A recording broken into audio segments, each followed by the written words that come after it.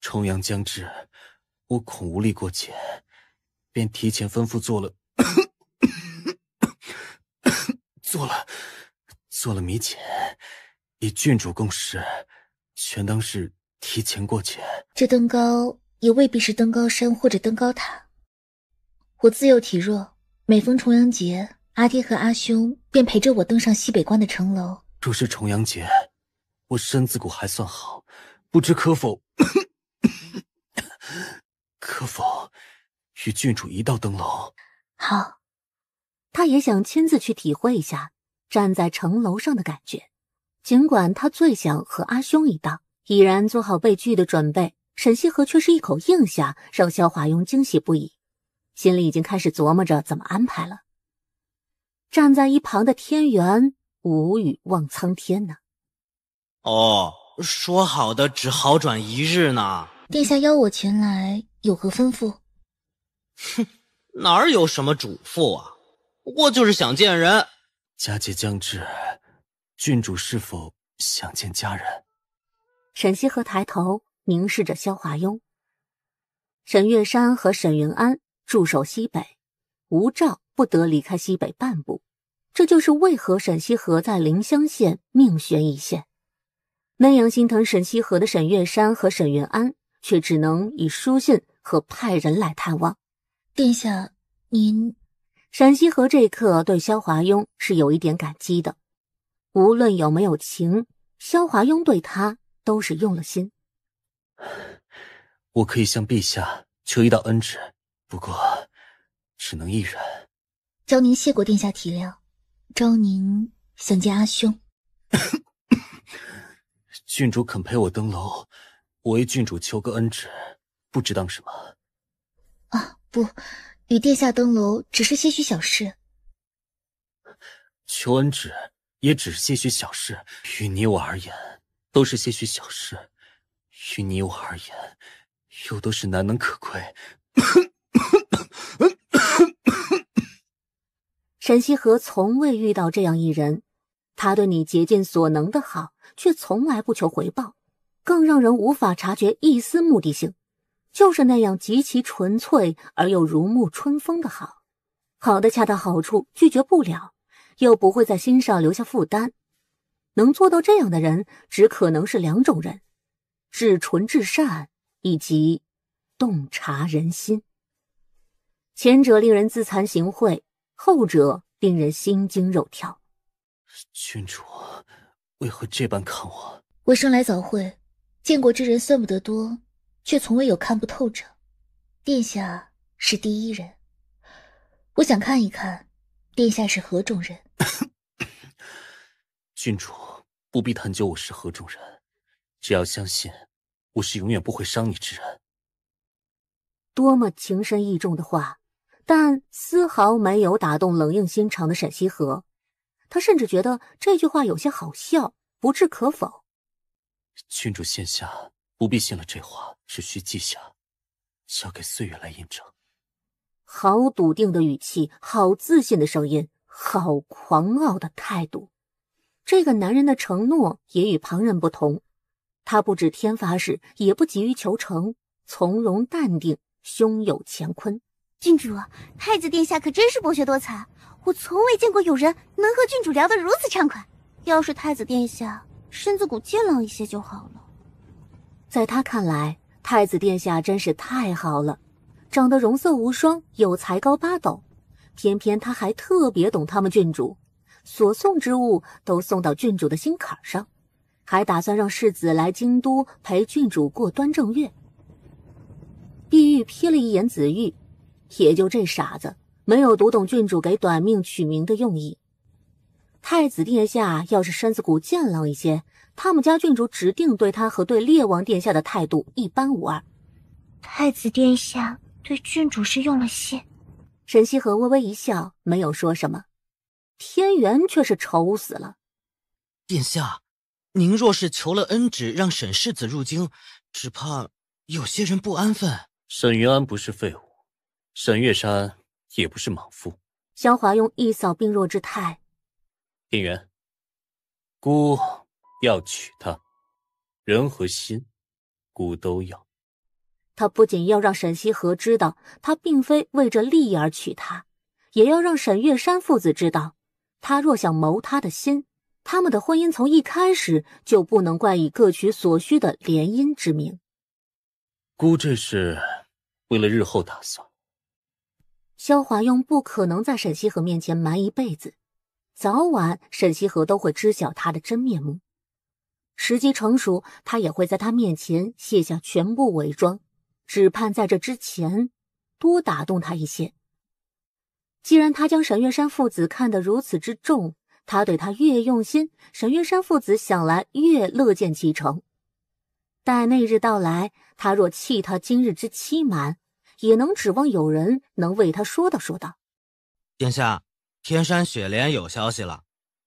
说，在天山之巅有游侠见过，是绝品天山雪莲。我们派了人，也在赏猎堂发了悬赏令，接活的人不少，都是好手，无人能攀上山巅。已经有武艺极高的人折在山巅之下，哪怕他们给出丰厚报酬，现在也是人人望而却步。姑亲自去。天元扑通一声跪下。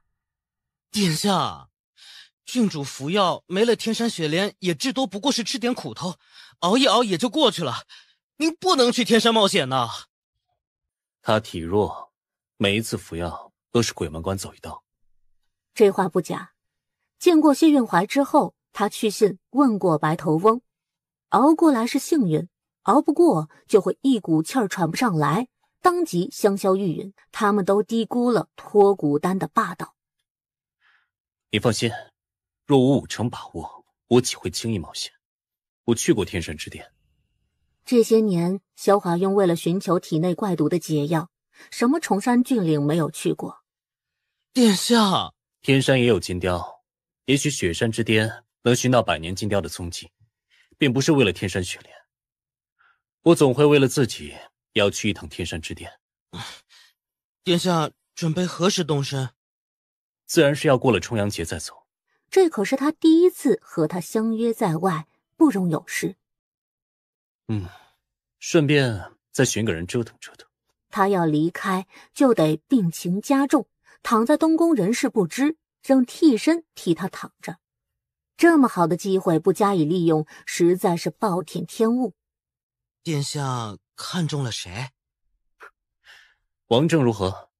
王家的根骨就由老五去折腾，在这之前，他给王正开个头。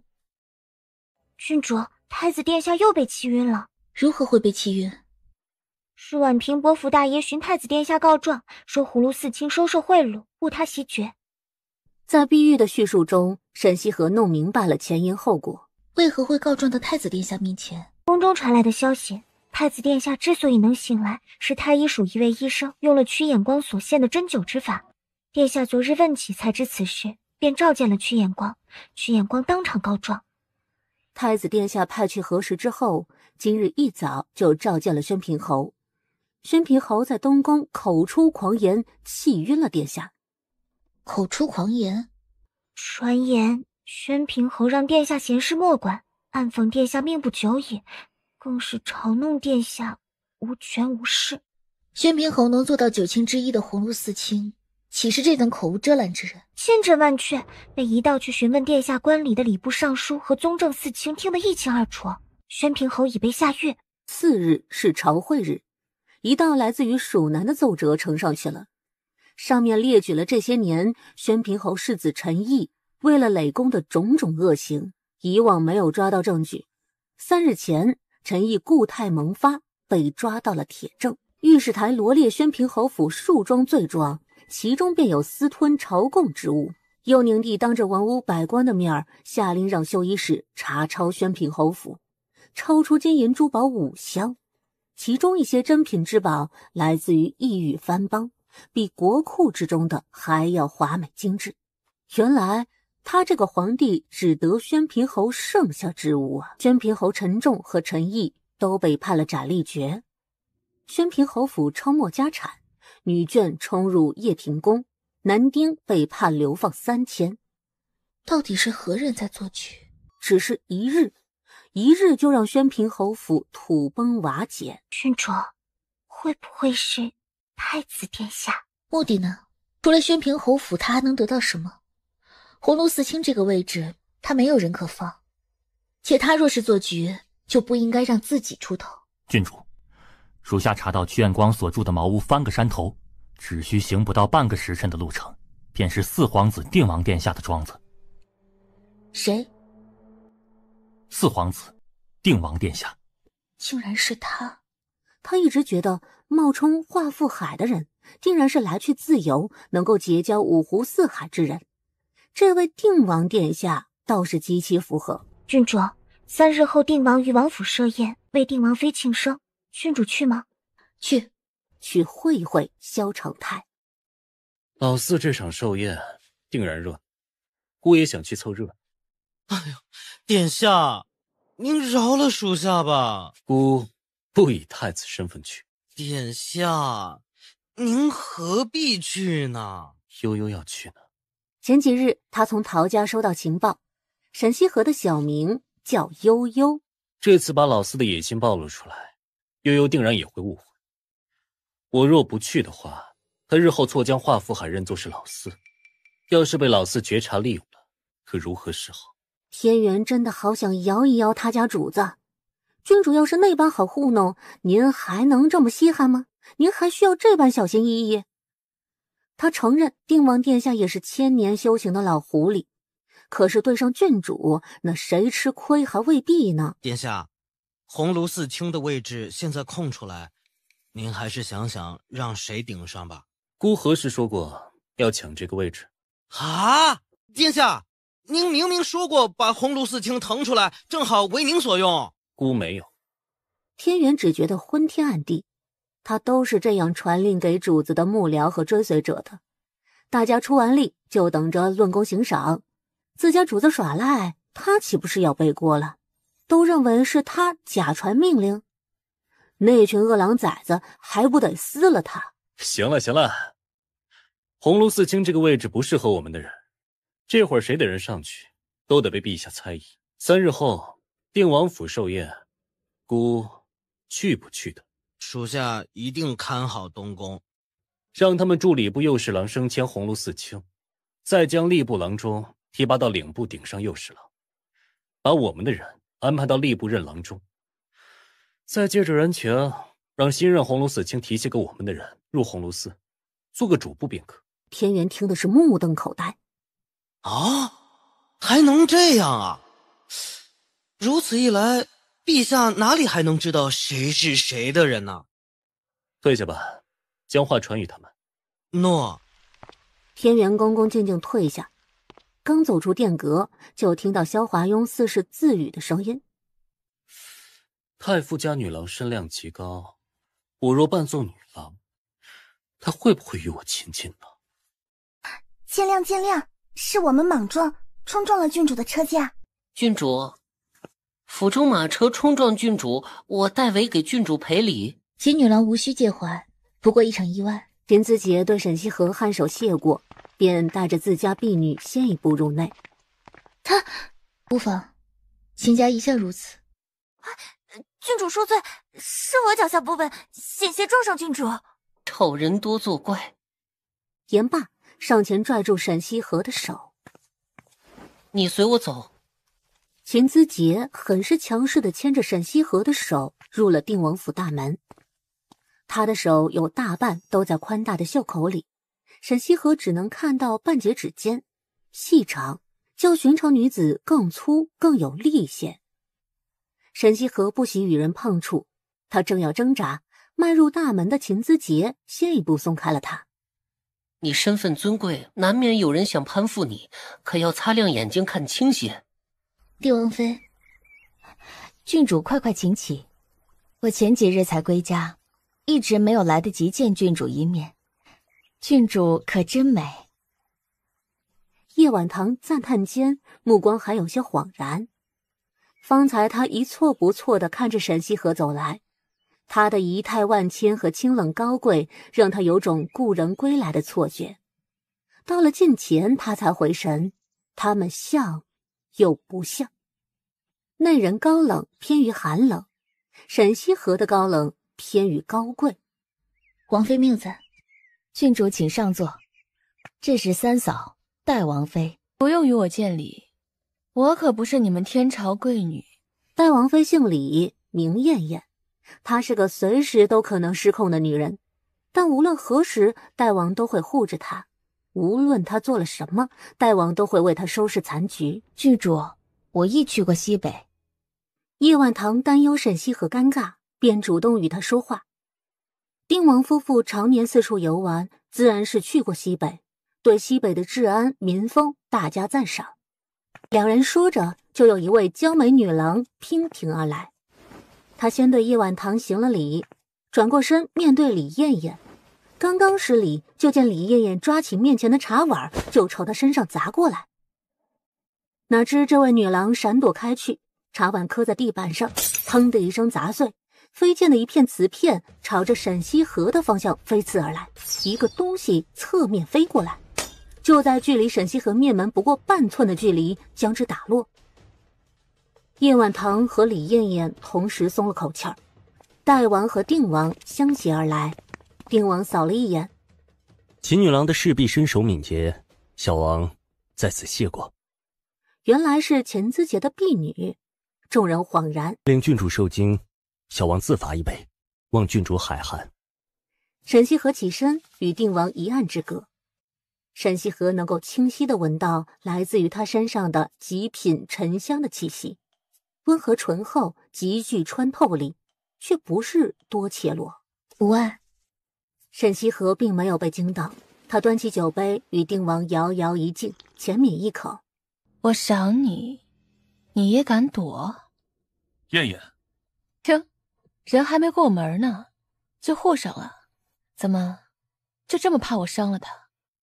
艳艳，别闹。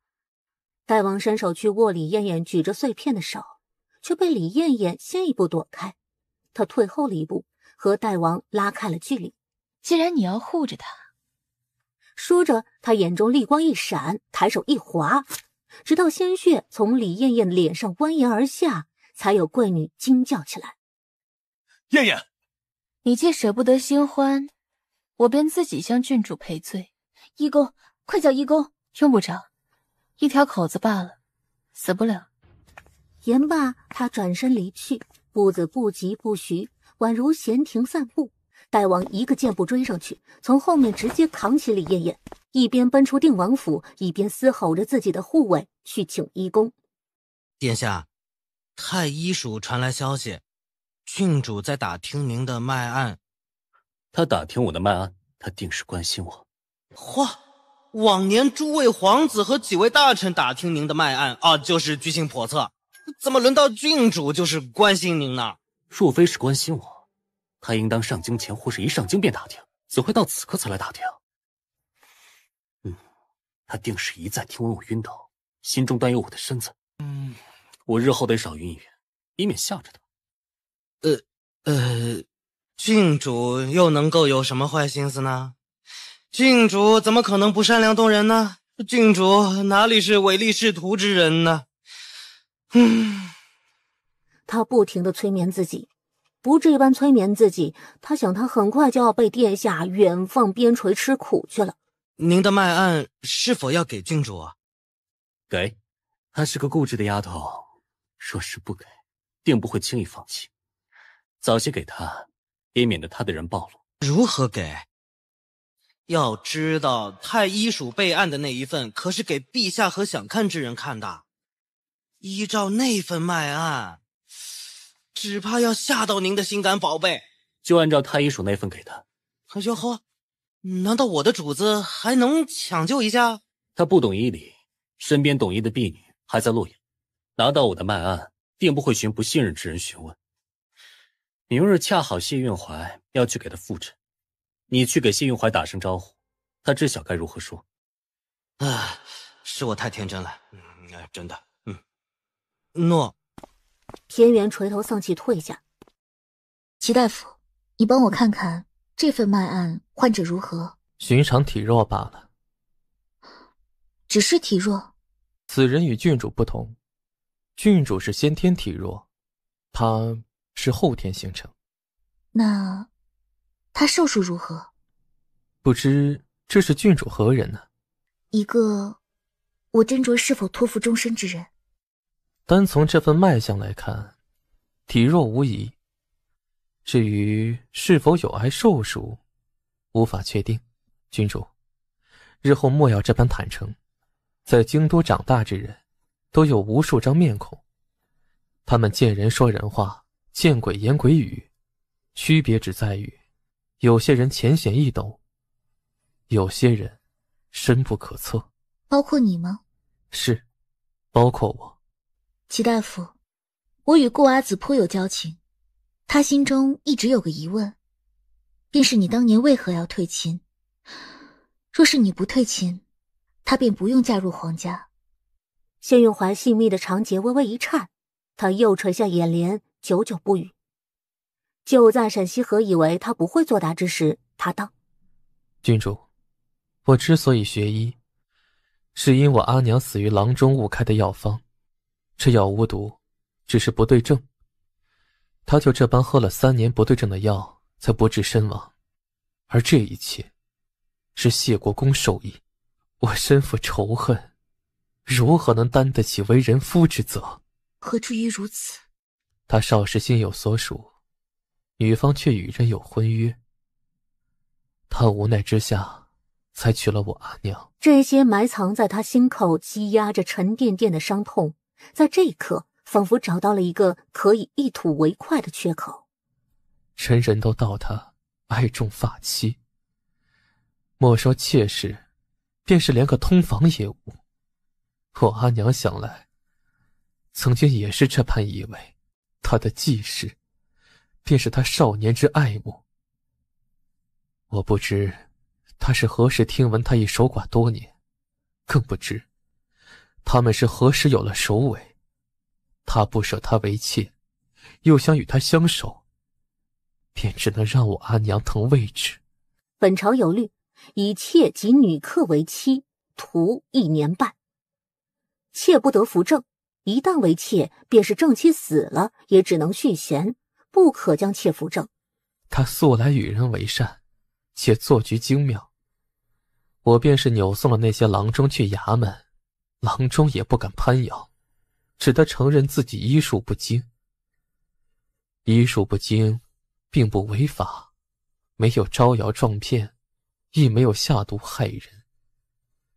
便是迫于国公府威势，也不过吃顿板子。正是因为如此，他在谢国公府一刻也待不下去。他怕自己哪日红了眼，持刀弑父。谢己不配他以命抵命。我一个与父亲断发一绝之人，人人口中不孝不义之徒。顾女郎若是嫁于我，便一生遭人非议。且当时我离了国公府，转头迎娶顾女郎，顾相若是劝我回府，便是伤我。顾相若是不劝，只怕我断发一绝会被传为是顾相唆使。须知顾家无嫡子。你为何不愿当面与他退亲？郡主，我当年声名狼藉，我退婚，旁人只会言我有自知之明，或是不敢冒犯相府千机。于顾女郎而言，实则并无名声上的损害。我若亲自与她退婚，便不是这般了。沈西河静静地看着谢运怀，原来他是这样想的。若是他愿与你归居田园？不会。没等沈西河说完，谢运怀便斩钉截铁地打断了他。郡主，她是顾女郎，是京都规格典范，是世家女之首。一个将教养、责任、感恩刻入骨子里的女郎，是不会为了儿女私情抛下属于顾家嫡女应当肩负的使命。若她想，她有千百种法子不嫁入皇家，但她选择了义无反顾，因为她是顾女郎，郡主亦然。沈西河默然看着谢运怀一步步走远，最后消失不见。未曾想罪之我者，就是你。顾青之有千百种法子不嫁入皇家，沈西河亦有，然则他们都选择了孤注一掷，是因为责任让他们义不容辞。尽管顾家最后还是一败涂地，但顾青之心中无悔也无愧，他尽力了。谢运怀与他说了这么多，是想告诉他，他还有选择的余地。谢运怀不希望他陷入皇权的漩涡，只因一脚踏入，非生即死，便是成为最终的获胜者，也必然是精疲力竭，满目疮痍，沈家无路可退。身为沈家的一员，他责无旁贷。烟雨落，秋风起，有人赏雨景，有人盼雨急，也有人等雨停。郡主，列王殿下登门拜访。不见。殿下说您若是不见，他只能再闯香闺。告诉他，他若敢，便不是扒衣裳，我能活活剥他一层皮。你将此物交给郡主，小王在此等候一刻钟。若郡主还是不愿赏脸一见，小王自行离去。把莫远叫来。这是一份安西都护府的防御图。西北有3大都护府和3大都督府，如今安西都护府的防御图丢失，若是落入到敌人手中，恐怕城池不保；也没有落入敌人手中，让佑宁帝抓到把柄，轻则罢权，重则斩首。这郡主要见列王殿下吗？不见。啊，郡主，若他无所求，他得了此物，早就献与陛下，以弥补之前胭脂暗证物丢失之过。而他此刻带着他来寻我，要么是对我有所求，要么就是不确定这是否为真。我若是见了他，反而让他占了上风。碧玉，你亲自去将这个还给他，便说念在先前之事上，我好心提醒他一句，莫要自作聪明。郡主，此法可行吗？只能赌一把。沈西河想了想，迅速去书房写了一封信，装好之后交给莫远。莫远，派人送到华富海之人手上，让他帮我以最快的速度送到阿爹的手上。郡主，华富海这人无妨，他便是看了我这封信也看不懂，这里面是我和阿爹与阿兄的暗语。要不要请太子殿下相助？不，这是一个天大的把柄，我绝不会送到别人手中。这是这一刻，碧玉才知道沈西河对太子没有一丝信任。无需担忧，萧长营至少这2日不会轻举妄动，随时盯着他。若当真陛下比阿爹先知晓，我便只能先下手，把康王府为陛下私下锻造的兵刃先暴露出来。届时混淆视听，将盗走防御图的罪名直接扣在康王府身上。殿下，您是否要阅信？他能送到我手上，必然是笃定我看了也看不懂。加急送至西北，一定发生了大事，否则他不会寻上我，让人查一查，请快。到了晚间，消息传来之时，萧华庸听完轻喝一声：“哼，小九长本事了。既然他这般能耐，就让他去西北立功。”将列王殿下送到西北。殿下，当日列王殿下被追杀到郡主面前，西北王府也出了力。他没戏。可惜沈西河没看上萧长营。他虽然不知道沈西河为何看不上萧长营，但萧华庸却深信沈西河不愿，沈月山绝对不会勉强，故而萧长营没戏。等到萧长营去了西北，他再让人将萧长营拿着这防御图上门威胁沈西河之事不着痕迹地传入沈月山的耳里，他就看看这萧长营还如何讨好沈月山之欢心。安西都护府防御图丢失的消息第2天就小范围传开，传的是有鼻子有眼，但是却没有一份证据。风声也不知是从何处传来，佑宁帝还为此召见了3省6部的要臣商议。有人认为是无风不起浪，说不定真有其事，应该立刻传唤沈月山上京给个交代。有人则认为，也许就是故布迷阵，为的就是离间君臣。等陛下传召沈月山调虎离山之后，大举进攻西北，届时西北受袭，无人坐镇，这个罪名该由谁来担？两方争执不下，出宫所愿皆有理，不如由儿去一趟西北，暗查此事真与假。如此一来，这份防御图若是真，他也能够过一个明路；若是假，他也能够查清楚是谁故意将一份假的防御图煞费苦心送到他手上，目的又是为何？郡主，有人在助我们，会是何人？不知。郡主，曹侍卫送食盒来了。郡主，今儿东宫供了蟹与炙，蟹肥美，炙鲜嫩。殿下吩咐做了蟹酿成与炙羹，殿下体弱不可多食，便让属下给郡主送上一些。郡主，殿下有句话让属下转告郡主，殿下说安息之事，郡主可安。陈希和心里泛起波澜，这件事竟然是萧华庸所为。七郎若有事，派人来请阿爹便是。你身子够弱，日后不可这般不爱惜。阿爹，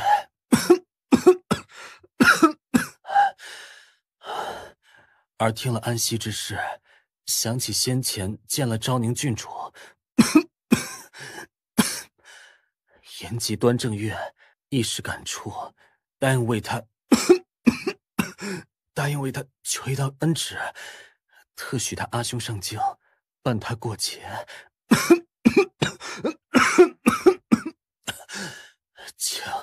请阿爹成全。幼宁帝颇为无奈地看着他病弱的模样。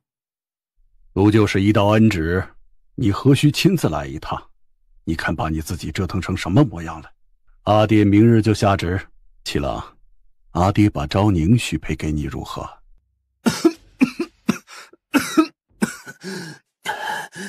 阿爹，儿没几年了。胡说！太医书不是说了，只要寻到绝品雪莲，你的身子一定能慢慢养好的。幼儿，你祖母和阿爹都希望你好好的，盼着你娶妻生子啊。阿爹，儿会儿会好生讲养。在这儿歇会儿，陪阿爹用稀食。悠悠，悠悠，快让阿兄好生看看。悠悠真是越发美了。阿兄更黑了。调皮。我们继续说。阿兄给你带来了许多东西，原是可以早些来的，不过安息之事才解决。安息之事，阿兄与我说说。还多亏了你，你的信送得及时，否则后果不堪设想。阿爹刚安排好，烈王殿下便随后赶至。据阿爹得到的消息，是烈王殿下拿了防御图去威胁你，可烈王殿下登门，言辞间却是故意提醒你，这是为何？他只是拿了图交予我，意图我并不知。我看了防御图，为了让他起疑，便并未见他。如此说来，若非有他相助，此事极难善了。是何人泄露了西北防御图？是安西副都护，父亲已将其正法。那可有查出背后何人指使？他在西北出生，15岁便服役，一路屡建奇功，30年成为副都护。他一生从未离开过西北。下狱之后，一个近2年得宠的妾室服毒自尽，焚烧了许多东西。这妾室深查下去，竟然是10年前就被买入府中的奴仆。一颗暗棋埋得如此之深，现在去查当年是谁经手卖过来，犹如大海捞针，故而线索就此就断了。不是陛下，悠悠长大了。这京都可真是个吃人的地方，他的妹妹不过短短几个月便如此机敏。我本就如此，只是在西北便无用武之地。是我和阿爹不好，耽误了妹妹大显身手。阿兄，可否从烈王口中得知他是如何得到防御图？悠悠，你当真无加他之心？无。可是认定了太子？只是暂时他较为顺眼罢了。暂时顺眼。太子殿下，不威是个直肠子，请容在下冒昧问一句，殿下是否费劳？便是要选个活不长的，也不能是这样的呀。世子爷，您我只是咳喘，若是费劳，这宫中哪有我容身之地啊？殿下为何要替我请求恩旨？非是替世子求，郡主允我重阳一道登楼，我感念郡主心意。什么？每年重阳一道登城楼，这不是哄他妹妹开心的法子吗？现在变成了妹妹哄别的男人的法子了。我与郡主不过前后回京都，旁人避着我，唯有郡主肯亲近我，空我畏寒，替我调避寒香，有我食不下，为我做馄饨，时常至东宫探望。啊，悠悠就是这般见不得可怜人。啊，原来郡主小名叫悠悠。萧华庸自动忽略后面的讽刺，眼睛里多了一丝神采。那真是缘分啊！我也有个乳名叫陆明。啥？我怎么不知我家殿下何时有了乳名啊？哎呀，我这个没脑子的，为什么会突然暴露了妹妹的小名呢？这缘分不缘分，太子殿下未免说得过早了。世子，我信皇天不负有心人。有心？天下之人不配有心。世子，人皆有心，只不过心属何处不同。我心悦悠悠。殿下，您还是称呼舍妹为昭宁的好。脸皮真厚，这就顺嘴叫上了。沈云安更气了。殿下才与舍妹见过几回，说过几句话，便胆敢说心悦。此心悦之于殿下，竟如此草率。数面之缘，有幸自日中天聊至日暮。庸不曾对旁人心悦，亦不知何为心悦，只知对他醒而念，寐则梦，目即想，闻即思。不过寥寥数面，何以至此？此情难觅痕，却是一生根。殿下，你可想过，你无法伴他一生，恕在下不敬。殿下可有想过，他的日后生老病死，无可预估。多少人看着见了，不也能眨眼便折了？只要郡主不弃，庸便纵容一次私心。殿下，你或许不知，舍妹是个无心男女之情的女郎。若殿下对舍妹无心，我还能放心些。可殿下既有情，我便不能成全殿下与舍妹，以免婚后殿下求而不得，心生怨念。我愿以命立誓，一生相护，永不伤他。便是单思一生一世，亦无悔无恨。若一生单思，只能是我不够好。沈云安最后被膈应的在东宫待不下去了。萧华庸那情意绵绵的话，实在是让他一个大男人都觉得恶寒。殿下，您不担心世子将您的话都告知郡主吗？亲兄妹之间，便是再亲密，也说不出口。天元想了想，觉得有理。殿下方才那些山盟海誓的话，他听了都忍不住一个激灵。世子都因为受不了而落荒而逃了，要他说给郡主听，那实在是太为难世子了。您不忧心世子误以为您过于儿女情长？身份不同，心之所向则异。悠悠他不信情，事关己身，自是冷静自持。不为是悠悠兄长，比起一个冷漠无情的合格帝王，他更希望将妹妹托付于一个对他爱慕成痴之人。自从五嫂去世之后，他的哥哥就喜欢着白，而且眉目越发寡淡，眼底波澜不兴，像极了他那冷得无心无情的五嫂。他把自己活成了亡妻的样子。你想问便问。为何要到安西防御图？又为何交到我手上？也是在今日，沈西河一句对方既然没有反击，就应该在善后的分析，让萧长营惊觉了一些细节，从而抽丝剥茧，猜到是他的亲哥哥所为。阿弟，你对昭宁郡主欲亲近又不敢亲近，想对她示好，也不知从何下手，时而会无故想到他，时而又想看他吃点亏，甚至想要他在你面前落败一次。是与否，你动了心了，阿兄在帮你。我不要你帮。阿弟，莫要步了阿兄的后尘。我不是你。萧长营其实很恼怒萧长清变成现在这个模样。他的哥哥曾经是他的骄傲，是他最敬重之人。他意气风发，运筹帷幄，而此刻却变得满目沧桑，看似修身养性，实则像是个活倦的厌世之人。萧长清仿佛没有听到萧长营的话，沉寂的眼望着漆黑的夜。当年顾谢两家退亲，陛下不顾颜面，要纳他为妃。我听闻之后，便在明正殿长跪不起，求陛下赐婚，并允诺，陛下若赐婚，我此生甘愿为陛下之任。这些年我双手沾满鲜血，我一边厌弃自己，一边又庆幸自己娶了她。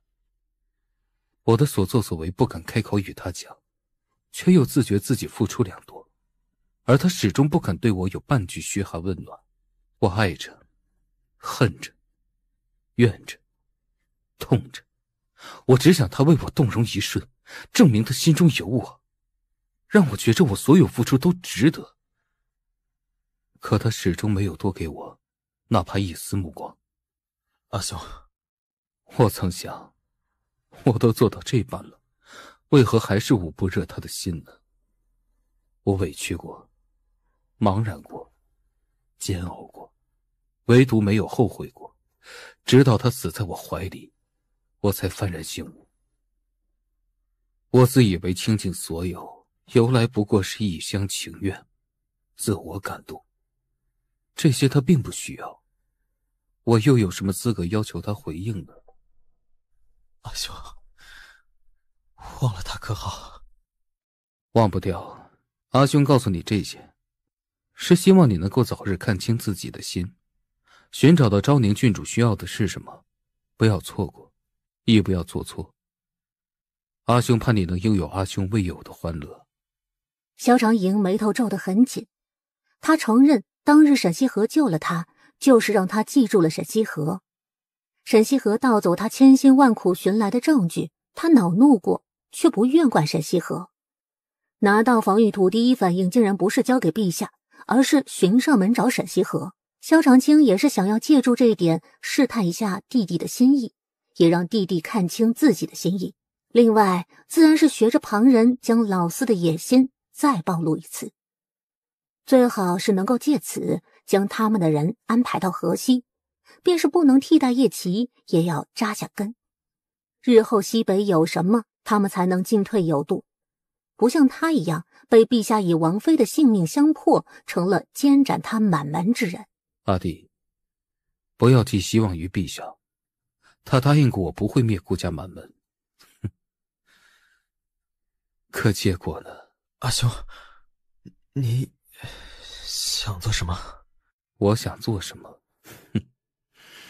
我想搅得皇家天翻地覆，我想让陛下尝一尝被人主宰命运的滋味。阿兄，你这般将阿娘置于何地？萧长营觉得萧长清疯了。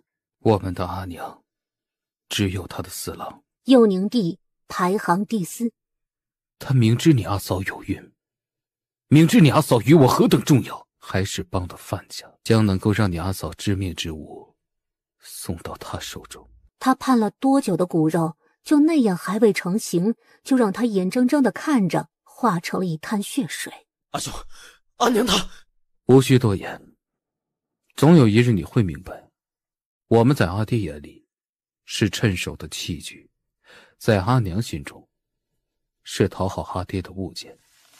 说完，萧长清站起身离开。银灰之中，他的身影一点点没入黑暗里。萧长营的心也一寸寸地被暮色笼罩。沈西河陪着沈云安在街上逛了逛，华灯初上之时，抢了个酒楼最好的赏月地段，却看到了3个人，正是绣衣使赵正浩、大理寺少卿崔进柏、赶考举子郭道义，还差一个华富海，人就集齐了。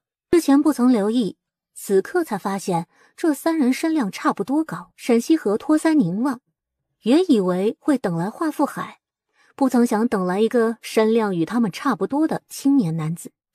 沈西河迅速站起身，悠悠，你在寻找何人？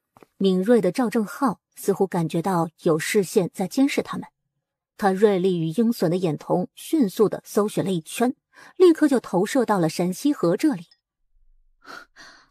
好是敏锐。不知沈西河在看什么的沈云安忽然似有所觉，就和赵正浩对了个正着。他是陛下的绣衣使。赵正浩先收回了目光，动了动唇，说了句话。崔进柏和郭道义都抬手看过来。萧华庸其实比赵正浩更早感觉到这一束目光，只不过他没有放在心上。他今日易了容，而且几人不当值时于繁华大街遇上，猝步片刻，便是陛下看到也不会多疑。是昭宁郡主。记下了，便散吧。三人机不可见的颔首，各自走了一个方向，唯独萧华庸还站在原地。及至三人走远，他才负手转过身来，顺着沈西河的视线回望过去。那一眼穿过繁华琉璃般的灯火，越过了此起彼伏的喧闹，渗透皓月高悬的暮色，与他隔空对上。他的眼瞳银灰凝聚，华光深藏，如渊如海。是他。他？何人？不知。沈西河盯着他消失在人海之中，才收回视线，对上沈云安等着他解释的目光。我在洛阳之时遇上。对于沈云安，沈西河没有丝毫隐瞒。这脱骨丹真有奇效？我已经开始服用，确有药效。近来精神头见好，往日走不到1刻钟就喘息不上，现在也能走1刻钟了。还未见过沈西河服用脱骨丹模样的沈云安目光明亮。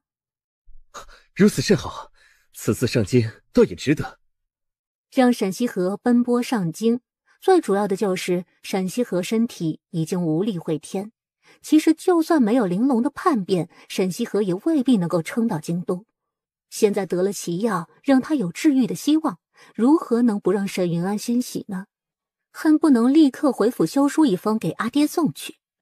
沈女郎，这是一位姓华的公子，让我送来与你，他托我转话，愿女郎年年人月2圆。碧玉。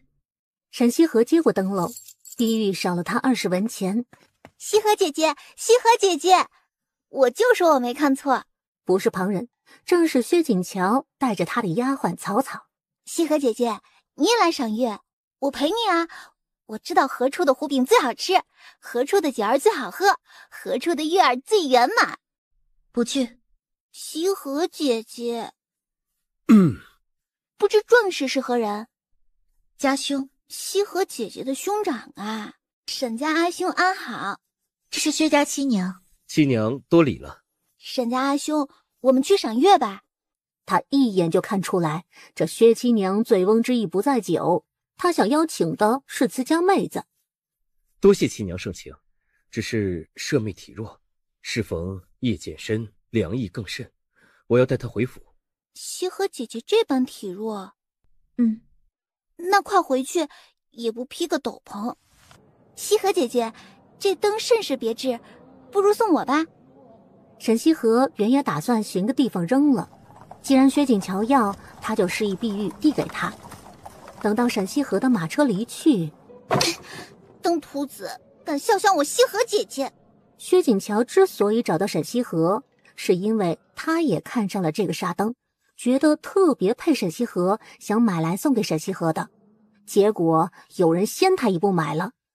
他原是想追上来问问能不能让与他的，却见到了这盏灯送给了沈西河。他可是知道这是个男子买下来的。七娘子，郡主是女郎。我当然知道她是女郎，她都不搭理我。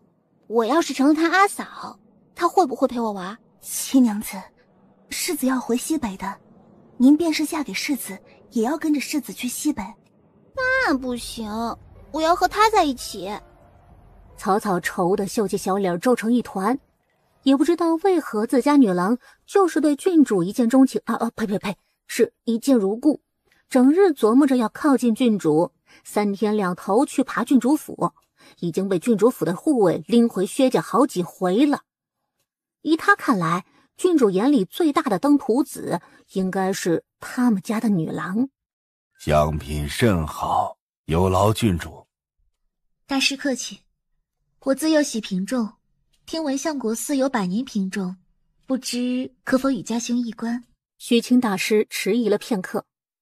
此刻有一位谭月在平仲院，郡主若不介怀，贫僧引郡主去。啊，无妨，只要对方不嫌我们打扰。郡主请。虚清将他们引到平仲院，远远的就能看到一片橙黄遮天蔽日般覆盖整个院子上方，似是天边一道金色的霞光，走进了遍地翻黄，如蝶似梦，令人迷醉。一片金色之中站立着一道雪白的齐成身影。沈西河站在院子月亮门前，脚步一顿。沈西河没有想到，竟然是在这样的情形下见到萧长青。似乎察觉到有人到来，萧长青转头望过来，他的目光落在沈西河身上，不由得一凝。这是他第一次见到沈西河，一种强烈的熟悉感直冲他的脑门，让他有些晕眩。待到他们走到近前，萧长青才敛去神色，互相见礼。虚清没有点明萧长青身份，萧长青也没有戳破沈西河兄妹身份，大家就当作是陌生人见面，互相致意。阿兄，你这是做甚？让死物带回去，装个香枕给你。他喜欢平仲叶，沈云安曾经千里疾驰捧来一袋平仲，他感念沈云安的心意，不忍平仲叶枯败，想了个法子，将之烘干，灌入枕中，用了许久，直到不能用才换掉。那我们多挑拣一些，也给阿兄做一个。沈西河舒心一笑，也不顾礼仪，蹲下身，随着沈云安一起挑拣。兄妹俩旁若无人，甚至讨论起叶片，偶尔寻到一片特别大或者特别好看的，还要拿给对方品了一番。萧长青站在另外一边，看着有说有笑的兄妹俩，不由哑然失笑。就在方才他看到沈西河的第一眼，他以为他看花了眼，甚至心口都不由自主地刺痛一下。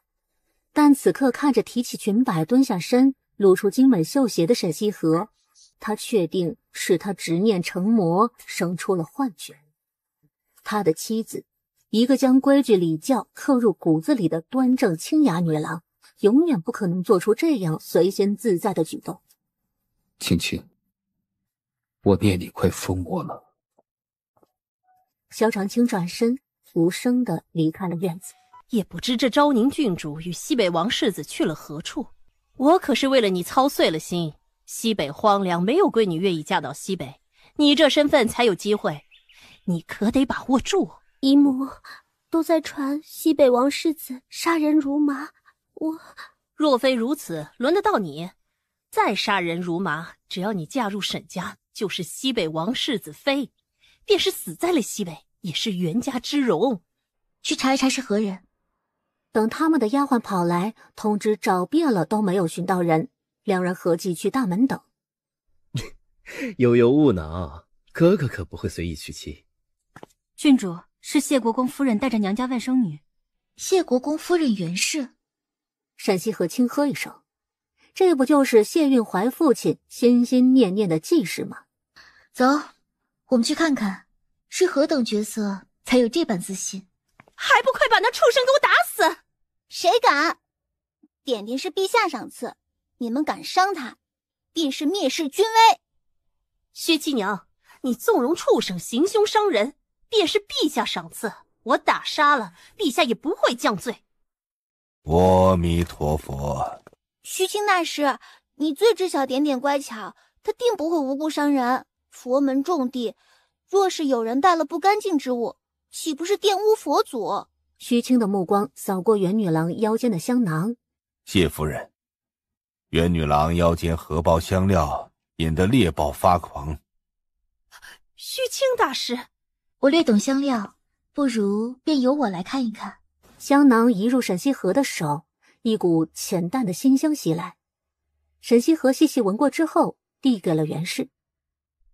谢夫人，这里面有山塔骨粉。谢夫人，带袁女郎去医馆就诊，问一问医工便知。至于谢夫人要不要寻薛亲娘给个交代，问清之后再做定夺吧。袁氏听了之后，又见虚清面色不愉，也没有纠缠，当下带着袁女郎离去。你呀，在我没有确定不要你之前，不许你招蜂引蝶。警告完沈云安，薛景桥又泄了气，耷拉着脑袋，带着他的点点跟上沈西河。为何这般做？他不要脸，我便成全他。说完还瞪了一眼沈云安，明明什么都没有做，却莫名被瞪得有些不自在的沈云安很茫然。你这般行事，可想过后果？无凭无据，这等事他还敢张扬不成？便是他们寻不到证据，也知晓是你干的好事，明着他们是不会寻薛家讨说法，但暗地里定是会找薛家晦气。我父亲是6部之首的吏部尚书，我叔祖父是3省之一的中书令。薛家虽无爵位，便是公侯府邸也要礼让3分。他是何物？袁家又是何物？那你家中呢？你这般任性，家中如何交代？他们，西河姐姐放心，我做什么他们都不会怪我，也绝不会迁怒。行吧，薛景桥既然这般说了，他也就不操心了。其实若非知晓薛景桥是因着他们之故才正对上袁氏，沈西河也懒得过问。为何？你为何要骗我？萧长泰求娶她之时，允诺过她，待她远离纷纷扰扰。这些年他也一直如此，这是他曾经引以为傲的抉择。婉婉，我待你如何，这些年你心里明白，我只是不甘。我身为皇子，自问不输于任何一个兄弟，若是太子康健也罢，可太子早晚，我为何不能搏一次啊？婉婉，若不拼一次，我会抱憾终身啊！你可想过，败了会是何等下场？你知不知你便是胜了，你要如何才能取胜？我来告诉你，你若败了，我和整个叶家要为你陪葬；你若胜，你要杀兄屠弟，甚至可能弑父。权力当真如此重，就要当你为他付出如此惨痛的代价。婉婉，事已至此，便是我愿现在收手，也无人会信。你从不曾想过收手。萧长泰，你听着，我不怕为你陪葬，这是我无知付出的代价。然，我不会容忍我的母族成为你抢夺权力的工具。你去找愿意为你拼搏之人吧。侧妃，我帮你纳。若是侧妃不够，我也愿腾位置。在你心里，我便是这般无能，注定是失败者。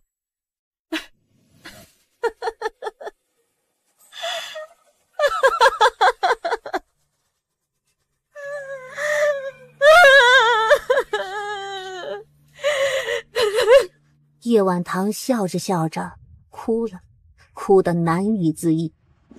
婉婉，别哭了，是我不好。比起落败，我更怕你成事。当你满手鲜血，一身罪孽，披上黄袍，就再不是我的夫君，不是我心中的良人。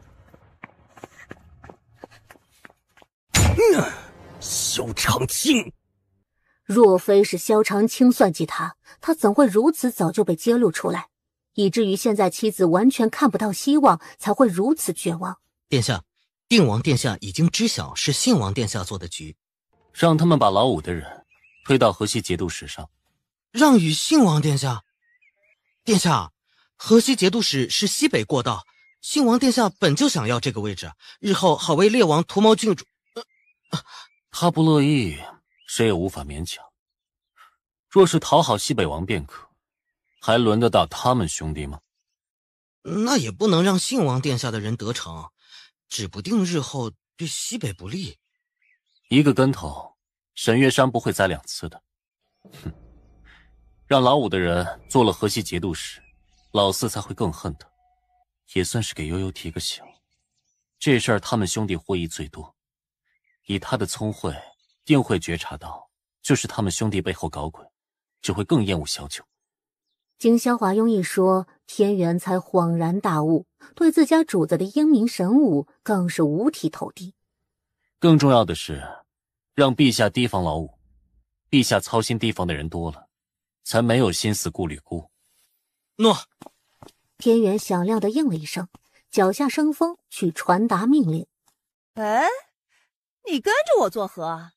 莫不是终于发现本世子英俊伟岸，知晓了男人之间也可以乐趣无穷，故而……外面那些风言风语，是不是你做的好事？什么风言风语？我不曾听到什么风言风语啊！京都都快传遍了，布世子与崔少卿深夜幽会被人撞见，惊慌之中一同坠入河中，两人在河里还如水草一般缠作了一体。